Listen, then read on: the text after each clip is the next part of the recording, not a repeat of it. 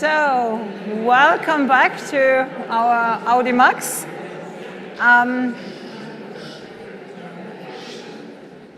We will have a final session here in the room, and I will introduce the speakers in a minute. But I want to prepare you what will happen afterwards. So once we are finished here, we will go outside. You will hear a sign, and you will find out that the orchestra, in the meantime, has prepared, well, it should be there then. We will then have a small concert by our university orchestra for about a half an hour, maybe a little bit more. And afterwards, we have the reception downstairs again with food and beverages, okay? So you can, after this session, you can try to find a place from where you want to listen to the music, okay? We were informed that it's okay to chat, but it's also a wonderful orchestra, so you may want to listen, okay? So, but before we have that, we have a final session, and, well, I don't have to introduce Mary Sell to anybody of you, I think. You know, she's our alliance manager. Everybody knows her, and we would not be here without her, because she has kept, well, she has been the driver of the alliance for now 4 or 5 years, whatever, for the whole time. And we are very grateful for your continuous support, and also for your, I think the lobbying and the networking across alliances and in Brussels and so becomes ever more important for you, or to you, to your timetable and for us. And second, it's my great pleasure to also welcome Alette Gildhus-Mikkelwet. I hope that's correct.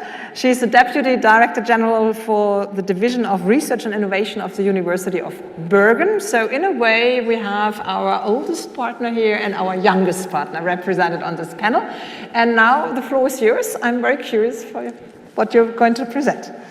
Thank you so much.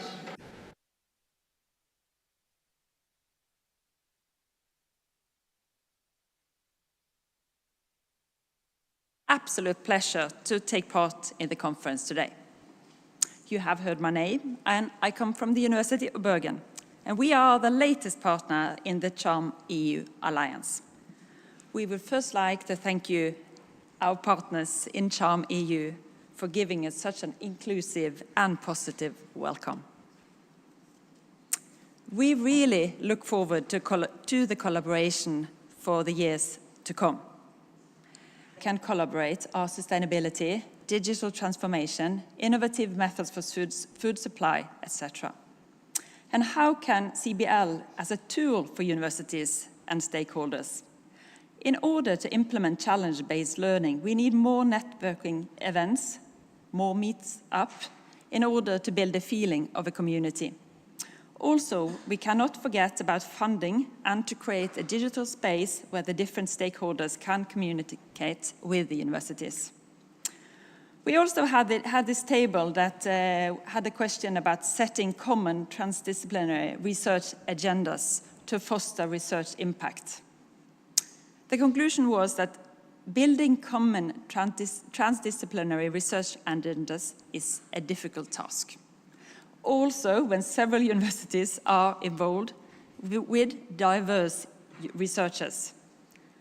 It is important that the researchers should not be passive, but have a proactive role in the definition of the agenda. And then it was a table about the alliance's impact on cultural exchange and intercultural understanding. CHARM EU has different culture, and it was a bit difficult in the beginning, but we are working our ways through it. We are sharing our experience between our universities to achieve a common way of working. CHARM EU has some achievements in multilingualism. English is the common language, but we cannot forget our own languages. The website is a proof of that, and in the future we should offer courses in our different languages. And someone also said there is no normality within diversity. We should be proud of our diversity. And finally, we had this table about creating innovation networks across the Alliance. And the conclusion here is CHARM EU wants to work with different external stakeholders, such as companies, NGOs, etc., in order to create innovation. If students have opportunities in these external stakeholders, they can be charm ambassadors and find different problems where Charm EU can keep working and finding solutions with future generation.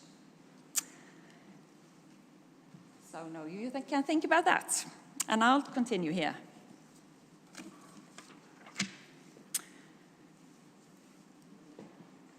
The conference today exemplifies the importance of cross-sectoral partnerships, innovation, and international collaboration. The University of Bergen's vision is knowledge that shapes society. We aim to be an attractive partner for others and to influence research policy at European and national level. For this, we need good partners and engaging partnerships, which includes all of you that are represented here today. Working in partnerships with other academic institutions and with private and public sector entities is fundamental for a university. These partnerships create the ecosystem for innovation that allows for academic research to bring societal change and generate economic value. Let me exemplify with 2 cases from the University of Bergen. First, meet my colleague, Bodil Holst. She is an experimental physics. She pushes the scientific frontiers of a molecular beam diffraction. She does not only challenge the state of the art of her academic discipline, but she also envisions potential applications of her research and thereby challenges how things are done in industry. She develops smart materials for new surface coatings for airplanes and windmills, and she creates the technology for chip makers underpinning the next generation of microchips. Innovation at the University of Bergen comes in many different forms. So say hello to my colleague Ole Fridtjof Norheim. He is a medical doctor who researches medical ethics. He formulates research-based policy briefs that are shaping national strategies for fair access to health care.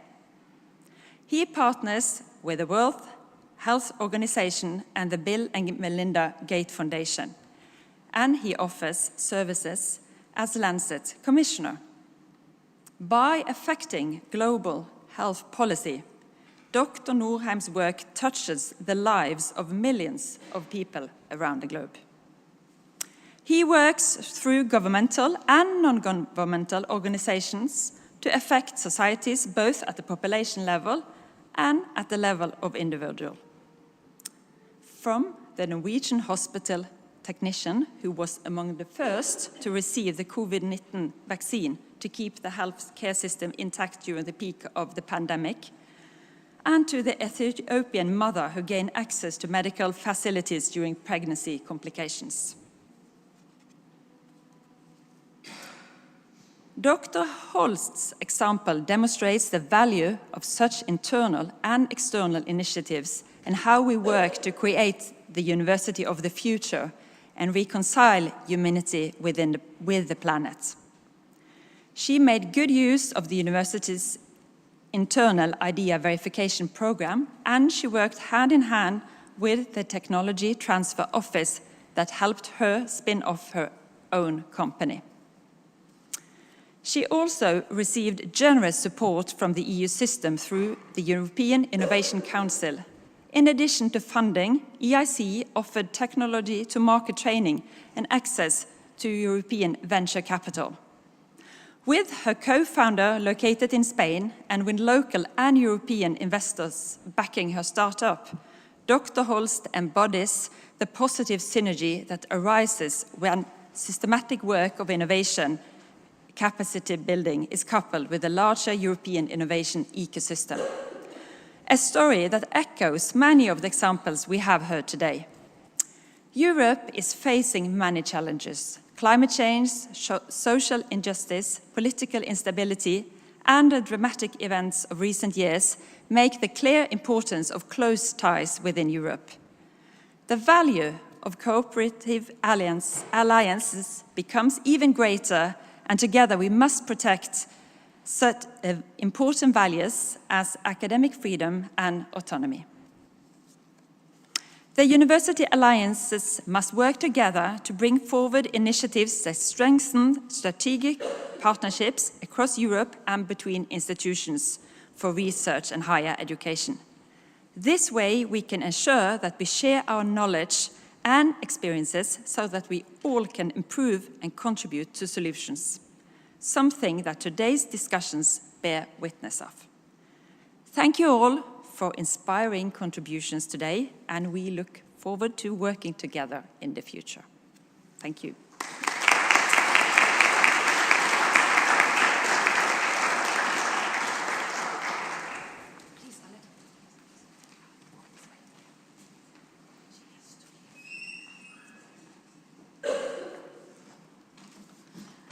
Maybe you didn't realize that University of Barcelona is UB and University of Bergen is UIB.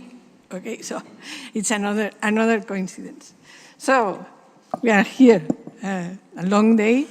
Let me make a remark, some thanks, and a request to you. The remark is about 3 values, core values of charm that are represented today here, okay? One is transdisciplinarity. I must confess that I was going to say no clue, but it's not exact, but not a proper or clear definition of what was this, okay? I think I understand now, as many of you, but this is it, the mixture of students, academic staff, professionals, stakeholders, co-creating a learning environment, because it's what we are doing, a learning environment for all of us, also the stakeholders, to make a better future, okay? So this is the first thing. Second, interculturality. I thought I knew that one, but charm is a really full-speed, intense experience or interculturality, okay? And I think those that have been here, not for years, but for months, know about that. I think it's the first thing you learn when we... Let's talk about our languages. We have 11 languages, okay? This is very rich. We need to use it in the future. And diversity, equity, and inclusion comes by hand with interculturality, but not only. And we have a big team on diversity, equity, and inclusion that remind us that we need to keep this embedded in our activities. So this is what is happening here. So you are putting these values in motion. The thanks, okay? The first thank is to stakeholders, because this is not exactly their business, but they are here. They are here not for today. They work very hard yesterday in a long day.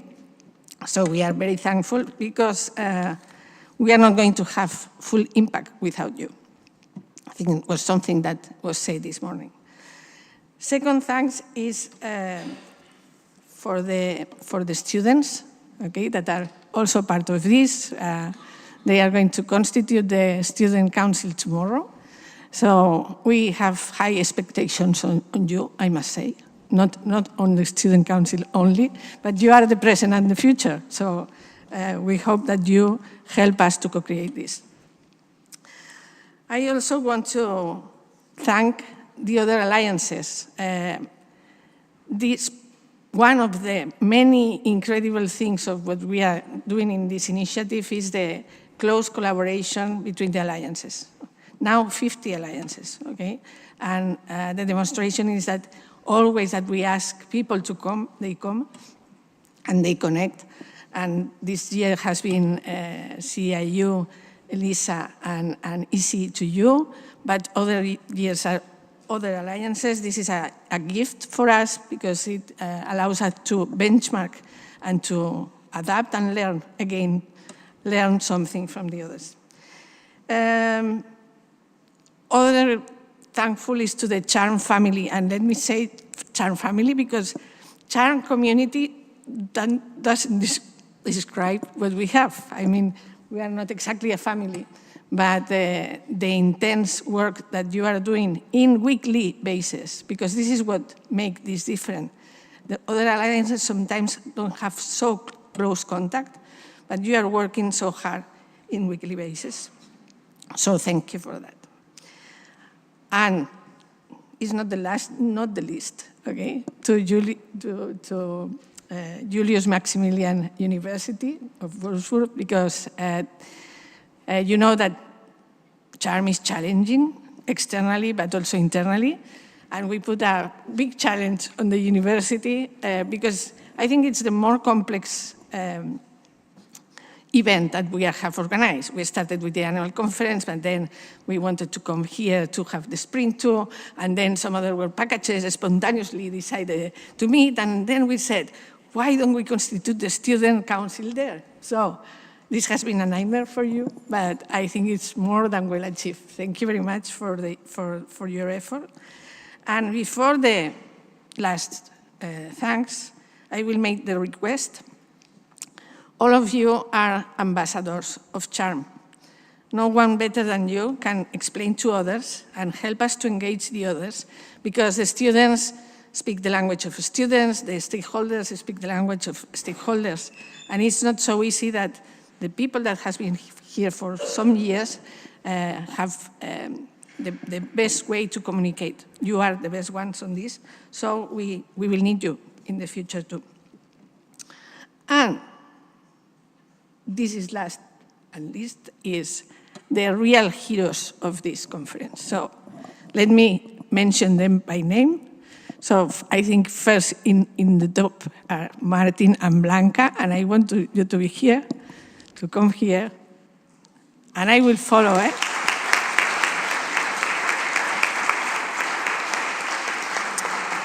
And next, under the hard orders of both, you have all the comms team. So I will call, if you are here, Sosha, Maria, come here.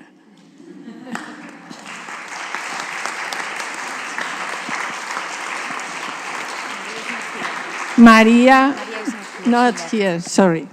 Silvia, I know she was here 1 minute ago. Silvia, Elliot,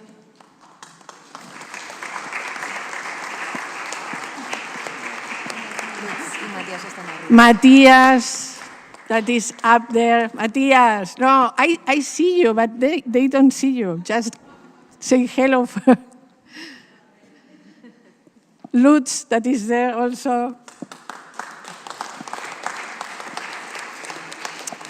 And Ines from Hochschule and Ida that share something that is COVID and are at home. And Viviana Bombati.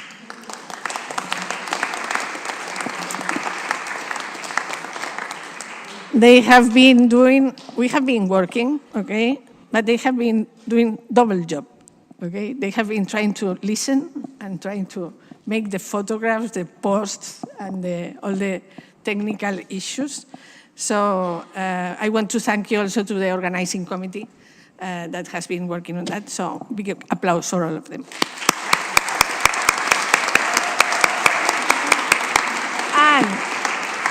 And I want that Martin, if you can, mention the people that has helped you. I want to do that because I don't have all the names. I know that Lena has been doing that. Are they outside? They're probably all outside, yes. But anyways, it's okay. You'll do it later, but I'll shortly mention them to you as well. It's basically all of our team in my department. And Lena. Lena is the assistant to Doris. Then we have Carla, who's taking care of mostly or most parts of the organization of the catering and all that has to do with that. We have Anna. I'm not sure if she's in the room. Does look like it. We have Laura, Lucas, Fabian, and Timo, and they've been very, very substantial help in setting all of this up. So thank you, even though you can't.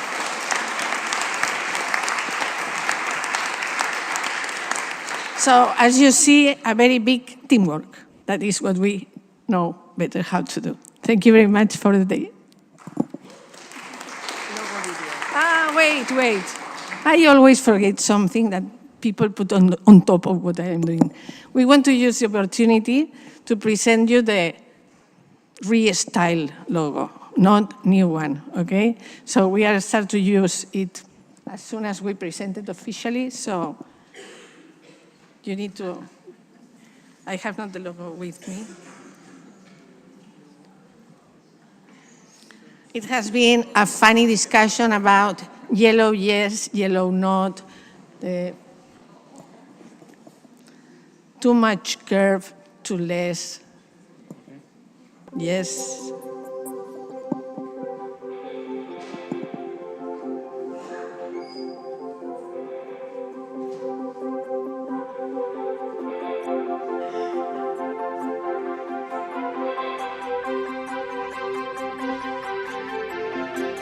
This is the current one, right?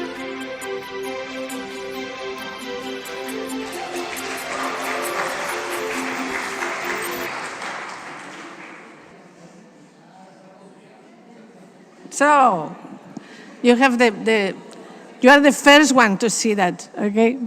So now, thank you very much. I think we have the orchestra.